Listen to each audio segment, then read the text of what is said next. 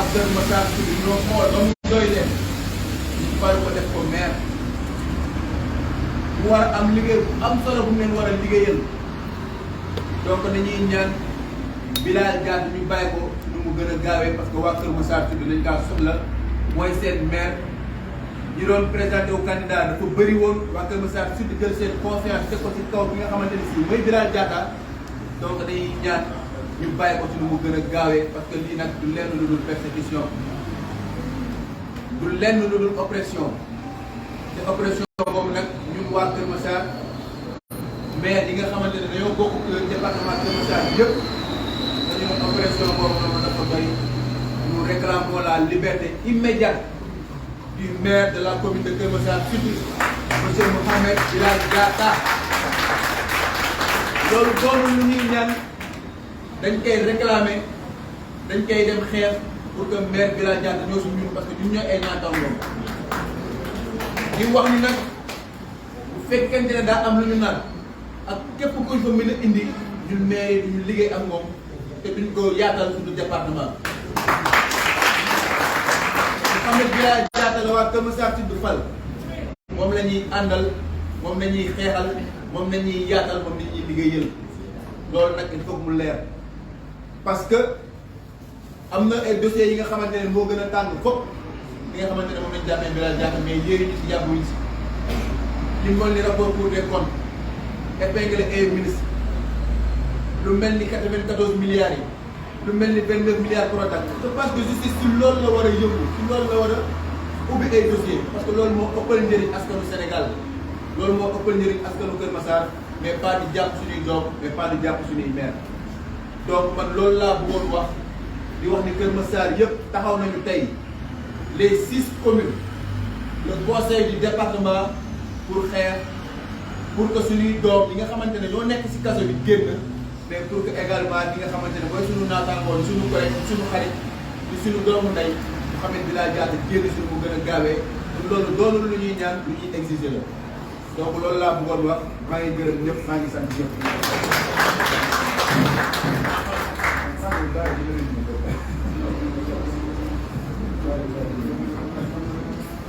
merci jërë ngeen jëf.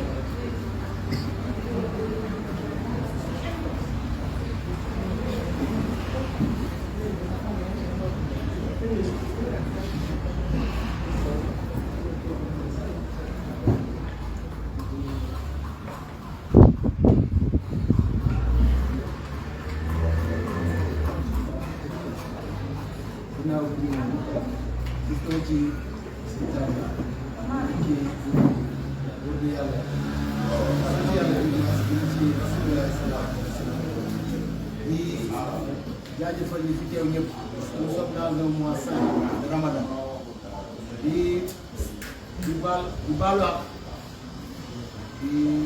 ak ñëpp di ñaan yàlla aussi koor gi ñu ngi fi fekkee ñu tal ko ba tal ay koori koor yàlla tax ñu ci barke weer loolu dama koy tàmbali sama collègue maire ci toog mais tënk lépp jox ko le président du conseil départemental suñu grand frère Babacar Diop di nuyu également tous les responsables de Yewwi Askan Wi nga xam ne ñu ngi toog suñu wet teel a ñëw pour mën a jëmmal bis bi pour wane bis bi solo bu mu am mais également di leen gërëm di leen sant yéen mbokk journalistes yi ndax lii ñuy def fii tey ci yéen lañu yaakaar pour ñu mën a tasaaroo à travers les 4 coins du monde. sama intervention Adama Sarr maire Kër Massar Nord déjà teg na les pièces du puzzle muy ñun ñëpp constaté nañ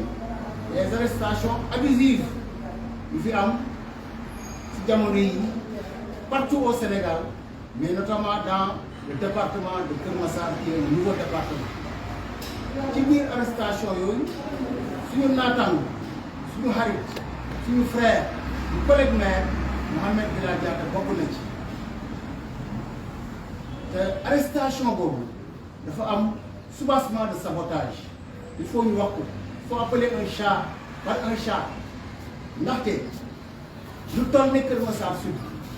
nga mën ko xañ un maire pour lan pour des propos donc wax le fond de sa pensée teg ko ci logique nga ñëw arrêté ko abusivement loolu dañ koy dénoncer te dañu bëgg du jóge fi tey nañu maire Kër Massar Sud est-ce que état mi ngi jàngat conséquences yi mën a am ak njeexital yi mën a am biir Kër Massar Sud parce que le maire d'une commune a entrepris les destins de toute une population ñu téye ko boobu ak léegi presque une vingtaine de jours depuis le 23 mars nan la commune bu mel noonu di fonctionner bu xam solo bu maire am ñun ñi fi toog ay maire lañu président conseil départemental bu ñu absenté suñuy commune benn jour wala ñaar wala ñett ngay gis commune bi mu commencé sooxe ne serait-ce que pour des problèmes de signature dëgg la ñu ngi voyagé ñu ngi ñëw mais tey Mouhamed Bilal Diatta honorable Bara Gaye le maire Adama Sarr le président Baboucar bu demee voyage mais c'est pour aller négocier un partenariat et puis ci jumtukaay xarala yi daanaka foo mën a nekk ci àdduna mel na ne yaa ngi sa biir commune waaye bu la tëjee ne la rab ñun ñëpp xam nañ ni tu es privé de tes libertés te loolu dafa am ay conséquences négatives au niveau de la commune de Kër Massar Sud moo tax ñu tiré benn sonnette d'alarme am na lu ci état bi wut y a un soubassement de sabotage mun ñu ko bañ a wax dañ koy dénoncer ndax tey ñu ngi bëgg a nësaxal liggéey bi rafet bi nga xam ne nii Mouhamed Bilal Diatta tàmbali woon na ko au niveau de Kër Massar Sud ndax ku jël autorisation de construire ku xam suñu commune les gens construisent chaque jour ku jël tey les salaires du personnel ku jël leneen wala leneen dinañu wax ne dossier yi mën nañu ko jël yóbbu ko mais ku xam détention ak la ca ne xam ne bàyyi ko woon mu liggéey ak population moo gën fuuf di ko téye amul leen benn njëriñ ñu koy téye mais sabotage moo ci am pour que jaxasee population bu Kër Massar Sud moo tax ñuy lancer un appel envers la population de Kër Massar Sud envers la population de ce département pour que ñu dressé wu comme un seul homme derrière Mouhamed Bilal Diatta comme ni que le maire Adama Sarr waxee pour exiger encore une fois la liberté dans les plus brefs délais du maire Mouhamed Bilal Diatta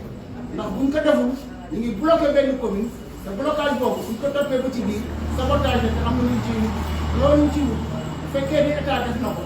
non département Kër Massar bi dina am ay blocage menace ñu ka dem mais li ñuy wax dafa leer nit bu briguer le suffrage universel de sa population ak ku xam élection 23 janvier 2022 lu mu méttee woon mu xuus jàll gagné honnêtement le plébiscite ko ñu ñëw ba léegi tuddee chose fallacieuse ñu bëgg ko téye loolu ñun duñ ko nangu moo tax tey à ce jour ñu lundi 10 avril 2023 ñun collègue maire yi ak président conseil départemental ñu toog pour ñu ñëpp bokk ndey bokk bàyyi taxawal li nga xam ne nii mooy dénonciation boobu wax ne nañ ko libérer en tout cas nous déclarons solennellement en ce 10 avril que il va falloir libérer coûte que coûte dans les plus brefs délais le maire Mouhamed Bilal Diatta maire de Kër Massar Sud loolu moo tax ñu toog fi andi ceeb askan wi andi ceeb tout Kër Massar pour dire vive la liberté encore une fois vive la liberté.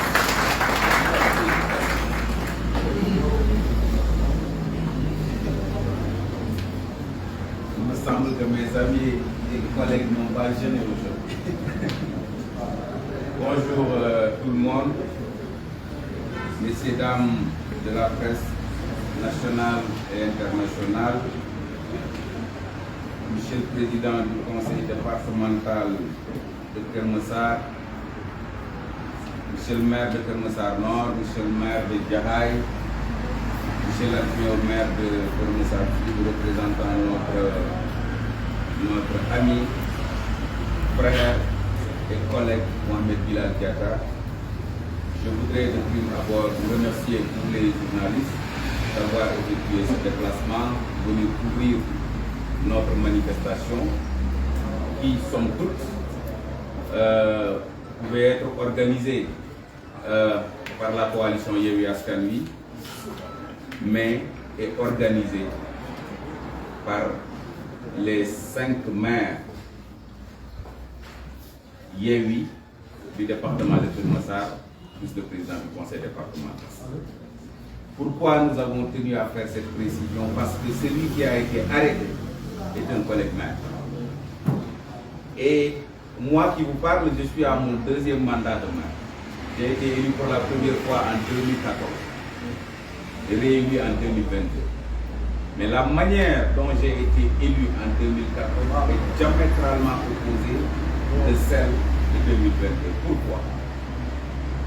Parce qu'entre-temps, il y a eu une réforme de 2021. Aujourd'hui, le maire est élu exactement comme le président de la République au Sénégal, c'est-à-dire au suffrage universel direct. Avant, ce sont les conseillers municipaux qui se réunissaient pour désigner un parmi eux comme étant le maire et les adjoints. Aujourd'hui, c'est la population qui se lève pour dire que c'est Adama Sarr qui doit être notre maire. Ça l'a été lors des dernières élections locales. Toute la population de Keur Massar a jeté son dévolu sur le maire Mohamed Bilal Diatta comme étant le maire légal et légitime de cette collectivité territoriale. On se lève un bon jour. Il y a eu des remous au Sénégal qui sont le soubassement de politique politicienne de la part du président de la République et de sa coalition Benno Bokk Yakaar. Parce que ce que les gens ne veulent pas dire aujourd'hui, tout ce brouhaha aujourd'hui dans ce Sénégal est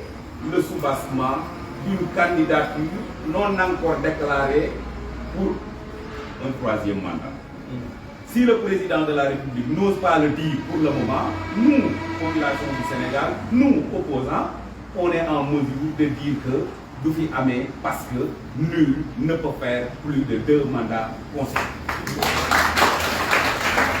Sur la base de ça, il y a eu des remous, des contestations, des marches, des meetings. Mohamed Bilal Diatta était absent du territoire national. Il était aux États-Unis en train de négocier des partenariats pour sa collectivité territoriale. Nous avons tous suivi. Il a mis sur route plusieurs conteneurs qui doivent servir demain les populations de Keur Massar. Et ces conteneurs sont le fruit d'un partenariat qu'il avait déjà scellé quand il avait fait sa première mission aux États-Unis. Moi qui vous parle, je l'ai vu, je l'ai rencontré avant-hier, le vendredi, à la prison de Rebeuss. Il m'a donné un message en me disant qu'il voulait d'abord remercier ses collègues maires, remercier le conseil municipal de Keur Massar, remercier le président du conseil départemental, remercier les populations de Keur Massar d'une manière générale et particulièrement de Keur Massar Sud, mais qu'il déclare aujourd'hui ad vitam aeternam, il maintient véritablement son ancrage dans le Yewwi Askan Wi et sa fidélité à son président Ousmane Sonko. Et le message que Bilal m'a demandé quand même de transmettre aux populations de Keur Massar. J'ai vu un homme qui est très serein, j'ai vu un homme qui est très engagé, j'ai vu un homme qui n'est pas affecté, entre autres, par quand même cette évasion. Je l'ai taquiné en lui disant que je suis ton grand frère, mais je suis aussi ton grand frère carcéral. Parce que moi qui vous parle, j'ai eu à quand même faire la prison pendant 6 mois, 10 jours. Alors, je lui ai donné des conseils, mais j'ai trouvé en Bilal Diatta quelqu'un de très engagé et qui est capable véritablement de continuer le combat qui est devant lui. J'ai parlé du mode d'élection du maire. Et aujourd'hui, il y a de quoi s'inquiéter dans notre pays. Si un maire qui a été élu exactement comme le président de la République l'a été, peut être alpagué, amené au niveau de la brigade de recherche de Keur Massar pendant 48 heures, et on lui colle l'atteinte à la sûreté de l'État, offense au chef de l'État, et envoyé directement à Rebeuss, il y a de quoi s'inquiéter dans ce pays. Il y a de quoi s'inquiéter dans ce pays. Raison pour laquelle nous qui sommes ses collègues maires, nous exigeons sa libération immédiate et sans condition. Nous interpellons aussi l'Association des maires du Sénégal. Nous interpellons aussi le regroupement des élus locaux du Sénégal, le réel dont nous faisons partie. Il y a de quoi s'inquiéter. Nous ne pouvons pas être plus de 600 maires et voir notre collègue maire alpagué de la sorte et quand même observer quand même ce mutisme. L'AMS doit réagir. Le réel doit réagir pour la libération immédiate et sans condition de notre ami et frère collègue maire Mohamed Bilal Diatta. Nous voudrions aussi rassurer tout le monde, la population de Keur Massar comme celle de Keur Massar Sud, qu'il n'y a pas lieu de fouetter un chat dans ce dossier. C'est des interpellations politiques et nous faisons face politiquement pour libérer notre ami et frère Mohamed Bilal Diatta. Il y a des gens qui sont en train véritablement d'épiloguer en disant, en pensant même à une délégation spéciale. C'est peine perdue. C'est peine perdue. C'est peine perdue. Il n'y aura pas de délégation spéciale ici. Nous, les collègues maires de Bilal Diatta, nous sommes en phase avec le conseil municipal de Keur Massar Sud. Et il n'y a pas de retard. Même jusque dans les salaires, il n'y a pas de retard. Il n'y a pas de dysfonctionnement dans cette collectivité territoriale. Les choses marchent comme si le maire était exactement à sa place. Donc il n'y a pas lieu de penser une seule seconde à une délégation spéciale. Et le moment venu, le cas échéant, nous ferons face pour empêcher véritablement à Macky Sall et son régime de faire en sorte que Mohamed puisse perdre son mandat. Il ne perdra pas son mandat, d'autant qu'il est un détenu de droit commun qui a la possibilité, comme il le fait aujourd'hui même, de recevoir son secrétaire municipal pour gérer les affaires courantes en attendant que ce dernier puisse venir donner les orientations à qui de droit à la collectivité territoriale. Donc c'est en ces termes que nous voulions véritablement rassurer les populations de Keur Massar, rassurer les collègues maires et rassurer toute la coalition Yewwi Askan Wi au niveau du département pour leur dire que, Inch'Allah, nous ferons face pour que le droit soit dit, Inch'Allah. Je voudrais vous remercier et en ces termes, quand même, passer la parole à l'adjoint au maire de Mohamed Bilal Diatta pour quand même des mots de remerciement. Alors, moi j'ai gêné, hein. Les autres n'ont pas gêné. Donc, alors, maa ngi leen di nuyu dama leen di toog ne gars yi ko woon mais dañu maa gën a ñeme koor quoi. maa ngi leen di gërëm bu baax di leen sant ci déplacement bi ngeen def yéen journalistes yi di remercier aussi responsable Yewwi Askan Wi nga xamante ni ñëw nañu teew précision bi nga xam ni président conseil départemental def na ko am na solo ndax point de presse bi Yewwi Askan Wi def les collègues maires de Bilal Diatta ak président conseil départemental bi ñoom ñoo ko def. Pourquoi? Parce que ki ñu jàpp kenn la ci département de Keur Massar. Département de Keur Massar nga xamante ni lee mu mat million ci doomu aadama juróom benn maire ñoo ci am ñu am kenn ku ñu jàpp ci jaay doole ay collègues maires ñoo war a taxaw avant kenn di taxaw. Donc lii mooy illay conférence de presse bi déjà. Le maire Adama Sarr limal na leen léegi fukki nit ak juróom-ñeent yoo xam ni jàpp nañ leen ci affaire naxa sa xanda ñuy ñàkk fayda ci loo xam ni wax ji mooy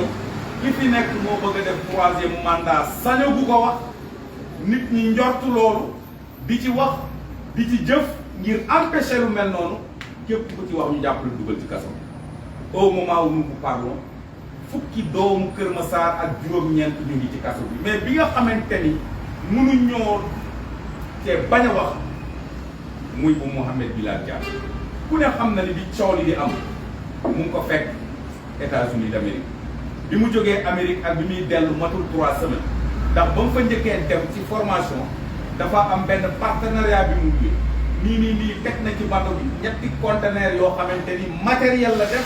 yu war a jariñ département de Keur Massar jariñ ñi nga xamante ni mooy commune bi Keur Massar Sud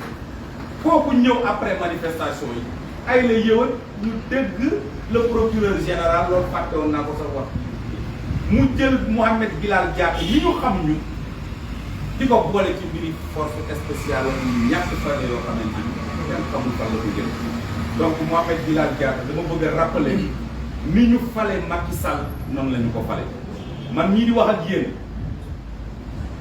nekkuma maire daaw maa ngi sama fukkeelu ak maire biñ may njëkk a fal conseil municipal moo toog conseil yi fal mais bii nii man ak Bilal Adama Sarr Diané ak le président du conseil départemental Babacar Gueye askan wi moo ñu fal comme ni ñuy falee président de la République c'est-à-dire au suffrage universel direct ñu toll foofu nag ci wàllu démocratie ñu mën a alpage maanaam ñëw taxañ koo xamante ni askan wee ko fal ñu mën ko ñëw taxañ jàpp ko yóbbu li nga xamante ni mooy brigade de recherche bu Kër Massar def fa 48 heures nga sànni ko Rebeuss di ko jiiñ ay offense au chef de l'État di ko jiiñ ay atteinte à la sûreté de l'État mais loolu yëpp am na loo xamante ni moo tax ñu def ko ginnaaw mbiri politique li tax ñu def ko mooy président comme ni ko Diané waxee ak le maire Adama Sarr dafa mënul wanaasu ba léegi gàcc gi mu jëlee fi nga xamante ni mooy ci département de Kër Massar yow jël sa département érigé ko wax ni dañ koy dugal ay centaines de milliards am fi ñaari ministre de la République ay xale yoo xamante ni ñu ngi soog a dugg ci politique yëkkati sa ministre yooyu ak seeni milliards ba ci kaw dóor ci suuf ba pare effacé leen ci carte politique bi ba pare li nga xamante ni mooy juróom-benn ci ay commune ñu gagné juróomi gagné département bi élection législative ñu feddali ko rawee la lu ëpp ñaar fukki junniy voix ak ñaari junniy voix loolu la président Macky Sall mënul wanaasu ba léegi. ba looloo tax tey ñu interpellé ki nga xamante ni mooy le maire Mouhamed Bilal Diatta tey li Bilal li ñu koy topp noonu su ci amoon tarfatal ay nit ci Adama Sarr ni mu def Bilal lay def Adama su ci amoon tarfatal ay nit ci ñun ñii ni mu def Bilal la ñuy def waaye nag le problème mooy Bilal dafa deful dara ndax mbir mi fekk ko fi lu la fi fekkul nan la ñu mënee ni yow xale ya doon taal yow yaa leen doon aliment di leen jox xaalis di leen jox ñu jënd essence xam nga loolu mooy yëf caaxaan léegi nag ñu ngi ci interpellé ki nga xamante ni moom mooy AMS muy l'association des maires du Sénégal même si fekkente ni Bilal bokkul foofu Bilal réel la bokk comme ñun niñ bokkee réel muy le réseau des élus locaux du Sénégal ñaari association de maires yëpp muy association faîtière ñu ngi leen di interpeller mënuñu à l'orée de ce 3e millénaire ñu fal un maire exactement comme ce maire a été élu par le président de la République ñu ñëw di ko jàpp te AMS waxu ci réel waxu ci ils sont interpellés réel na ci wax AMS na ci wax parce que le maire Mouhamed Bilal Diatta dafa war a corriger këram parce que population bi nga xamante ni ñoo nekk ci département de Kër Massar ñoom ñoo ko am na ñeneen ñuy wax sax bay dem di njortu naan war nañu mën a apporter délégation spéciale fii dara bloqué wu fi bañ ci apporter délégation spéciale et ñun ñi nga xamante ni ñooy ay collègues maire yu Mouhamed Bilal Diatta du ñu accepter ñu naan ay mbiri délégation spéciale parce que fonctionnement wu conseil municipal bi ngi dox salaire yi ñu ngi koy fay même ba ci ay secours PAC def na ko bay préparer ay secours Korité bi ma demee bërki démb di ko seeti ci li nga xamante ni mooy prison bi le vendredi nee na ma monsieur le maire boo demee nag ma gërëmal président conseil départemental gërëmal ma les maires gërëmal ma toute la population de Kër Massar d'une manière générale en particulier la population de Kër Massar Sud te di leen wax ni projet yi nga xamante ne entamé woon nañ ko loolu aussi fàtte woon naa ko wax ci message bi mooy boulevard bu magam bi jàpp na ni ñun ses collègues maires war nañu mën a encadrer son conseil municipal et son administration pour que mu lancer appel d'offres bi très rapidement ndax li mu reporté ci xaalis mat na 280 millions et loolu yëpp ci investissement la ko bëgg a def ci mbiri pavage te loolu aussi incha allah danañu ci liggéey pour wan leen ni délégation spéciale ñi koy wax dañ ko xam parce que ñaara ko mën a conseil municipal bu bloqué ak loo xamante ni mooy fonctionnement wu administration lépp bloqué te dara pour le moment c'est un détenu de droit public mi ngi au niveau de la maison d'arrêt et de correction. Au moment où je vous parle, son secrétaire municipal mi ngi en audience ak moom mu koy jox les orientations pour que bu ñu ñëwee ñu mën a xam ci teg seen tànk. donc ay la yoon nag moo fi bloqué donc ñuy wax loolu nañu bàyyi waxi caaxaan yi ñun ses collègues maires nous exigeons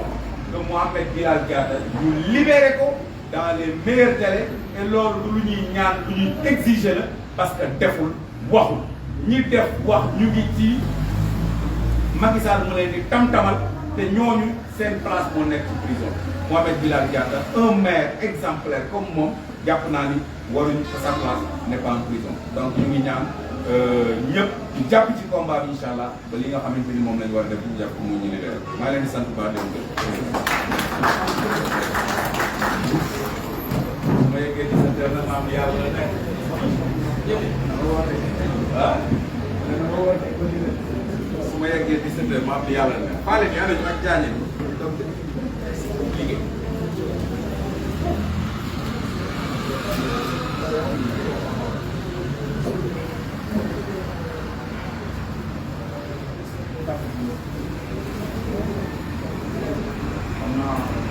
Assalamualaikum warahmatullahi wabarakatuh. Assalamualaikum chers amis de la presse. Ñu ngi nuyu mbooloo mi teew yëpp tàmbalee ko ci présidium bi ñi nga xamante ne ñoom lañ ko bokkal nekk le président du conseil départemental monsieur Babacar Gueye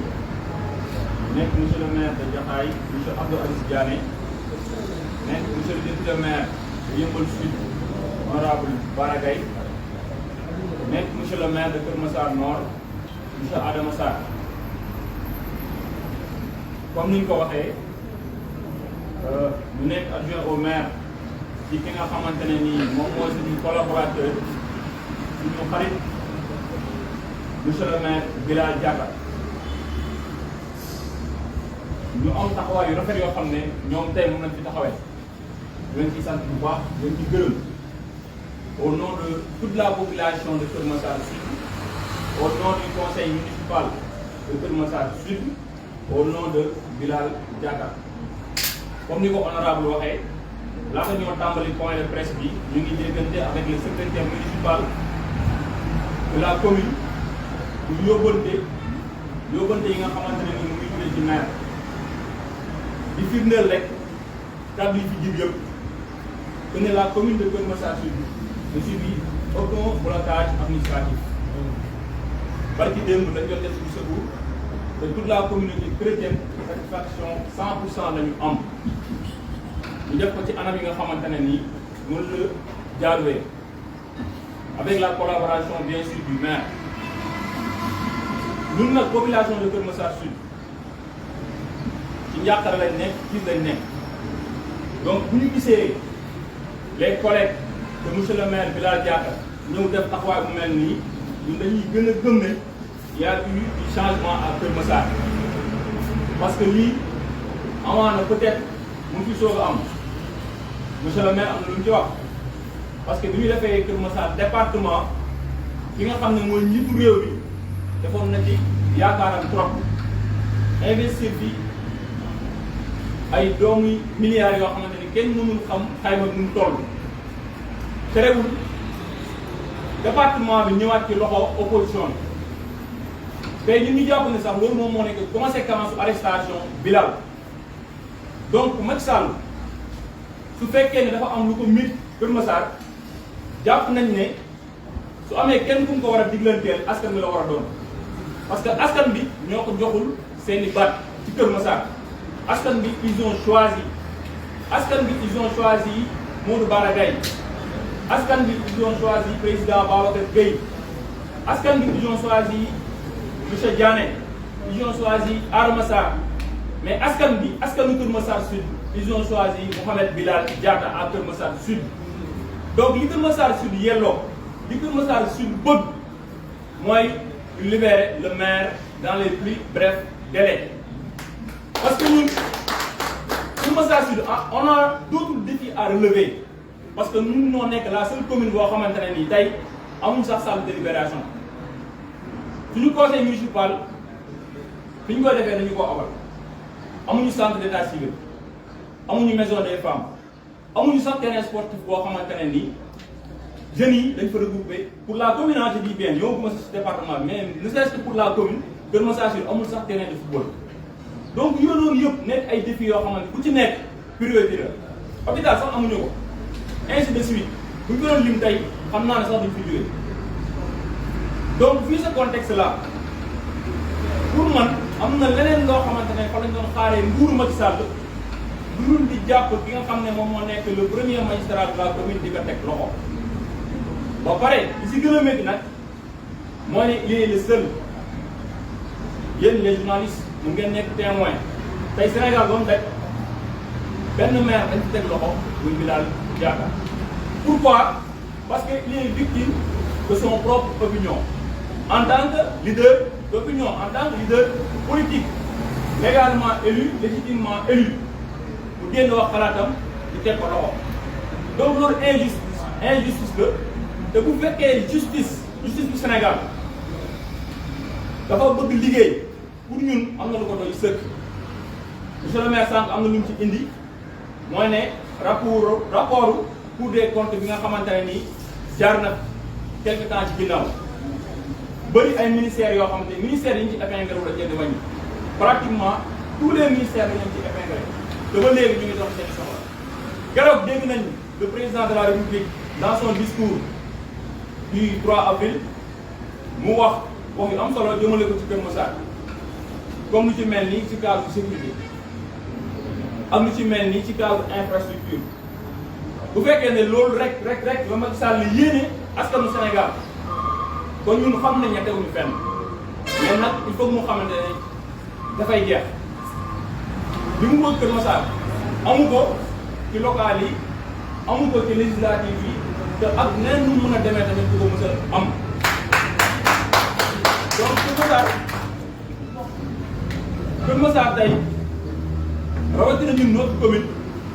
li ñuy réclamer comme toujours comme ni ñu ko waxee woon bële passé mooy la libération immédiate et sans condition du maire Bilal Diatta parce que la commune de Kër Massar mënuñoo woy ci lii tey am na ay actes yoo xam ne jot nañ ko def ginnaaw suñu point de presse bi nga xam ne teniroon nañ ko au niveau de notre salle de délibération bi ñu noppee ci loolu ñu àndoon avec le conseil municipal de Kër Massar Sud def une marche bi ñu noppee tey ñu ànd avec les maires du département toog waxtaan janoog ak sénégalais yëpp xamal leen li nga xamante ne mu ngi nekk di xew ci Kër Massar buñ ci noppee nag incha allah dinañ dem au plus haut niveau moo xam regroupement yi nga xamante ne ni moom moo dajale mboot képp koo xamante ne ni askanu képp koo xamante ne ni tey njinga ci réew mi moo xam AMS moo xam réel moo xam ba feneen ak feneen en tout cas on va porter le combat jusqu'à la libération de Bilal Diatta dañuy remercier nag ñi nga xam ne ñëpp ñoom ñoo fi teew comme ni ko président waxee sànq ñi nga xamante ne nii suñuy collaborateur lañ ci bureau municipal bu Kër Massar Sud ñu ngi fi muy le bureau municipal ñu ngi leen di remercier également la population de Kër Massar parce que gis nañ taxaw bi nga xam ne taxaw nañ ko Bilal depuis bi mu fekkee bi mu nekkee ci biir kaso bi ak léegi di remercier également les membres de la coalition Yewwi Askan bi nga xamante ne nii ci ndogalu yàlla dinañ jaare ñun ñëpp tey am ay ndomba tànk ci commune bi donc xam naa li ñuy daanee rek si vous me permettez yóbbante la également di le premier adjoint au maire de la commune de Kër Massar Sud di doyen Ousmane Diop bi nga xamante ne nii yaakaar naa démb ak léegi ñoo ngi dégg ay lam-laamee ci ay mbir yoo xamante ne nii jegewu ko laalewu ko ñun au niveau de Kër Massar Sud en tout cas le bureau municipal am na leneen lu ñu tal lu dul naan dañuy rejoindre un régime finissant taluñu ko sax li ñu tal mooy servir askan bi li ñu tal mooy sikkil waa Kër Massar Sud donc amul aucun adjoint au maire tey ci Kër Massar Sud boo xam ne moo ngi jéem a joxanteeg loxo ak ki nga xamante ne nii moom moo nekk de l'autre côté ñu jëkkaru Marème Faye Sall ñun ci li ñu toll mooy fexe ba suñu maire nu mu génnee liggéey bi nga xamante ne nii askan bi dénk nañu ko ñu xool naka lañ ci continuer Donc il n'y a pas et il n'y aura pas de transhumance, en tout cas au niveau du bureau municipal de Keur Massar. Donc ñu ne woon nañu koy jottali donc su ko defee ñu bàyyiwaat kàddu gi ak le président Babacar Gueye pour mu def la synthèse du point de presse. Je les remercie.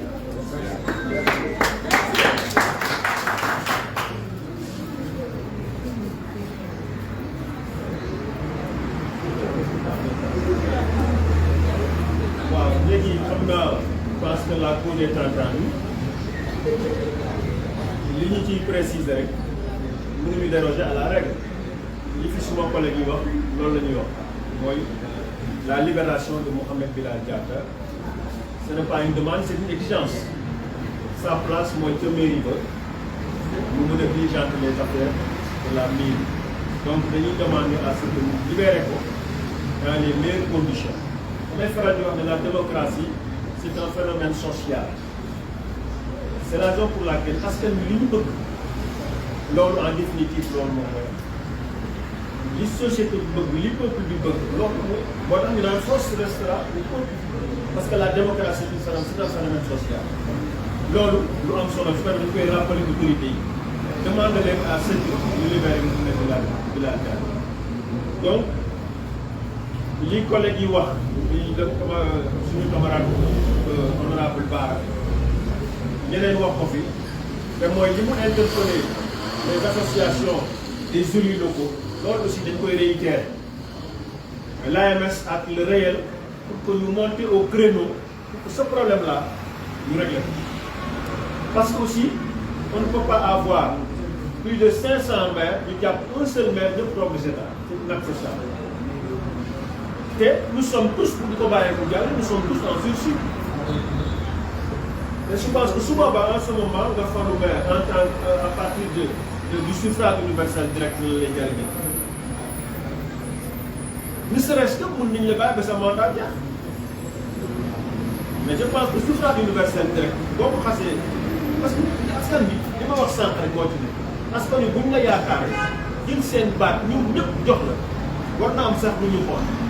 même boo defee erreur sax war nañu xool askan bi la yaakaar confiance boobu parce que peuple bi moo ci am solo askan wi ku ñu bokk yaakaar jël seen kàttan seen baat ñëpp jox ko ne serait-ce que loolu war na tax ñu mën a bàyyi xel peuple boobu nga xam ne ñoo am seen yaakaar jël seen choix teg ko ci benn indi su ko defee loolu moo tax dañuy demander autorité yi ñu delloo ci seen xel libérer Bilal mu dellu ca mairie comme yeneen collègue bi continuer parce que loolu lañu wax loolu moo doon par rapport loolu moo war loon point de presse bi ñu ngi sant ñëpp di gërëm collègue maire yi seen rafetlu seen intervention di gërëm presse bi di jégalu encore une fois di xaar bi ngeen ñu xaar di sant militants yi sympathisants yëpp di leen jox daje ci fan yi di ñëw merci beaucoup salaamaaleykum wa rahmatulah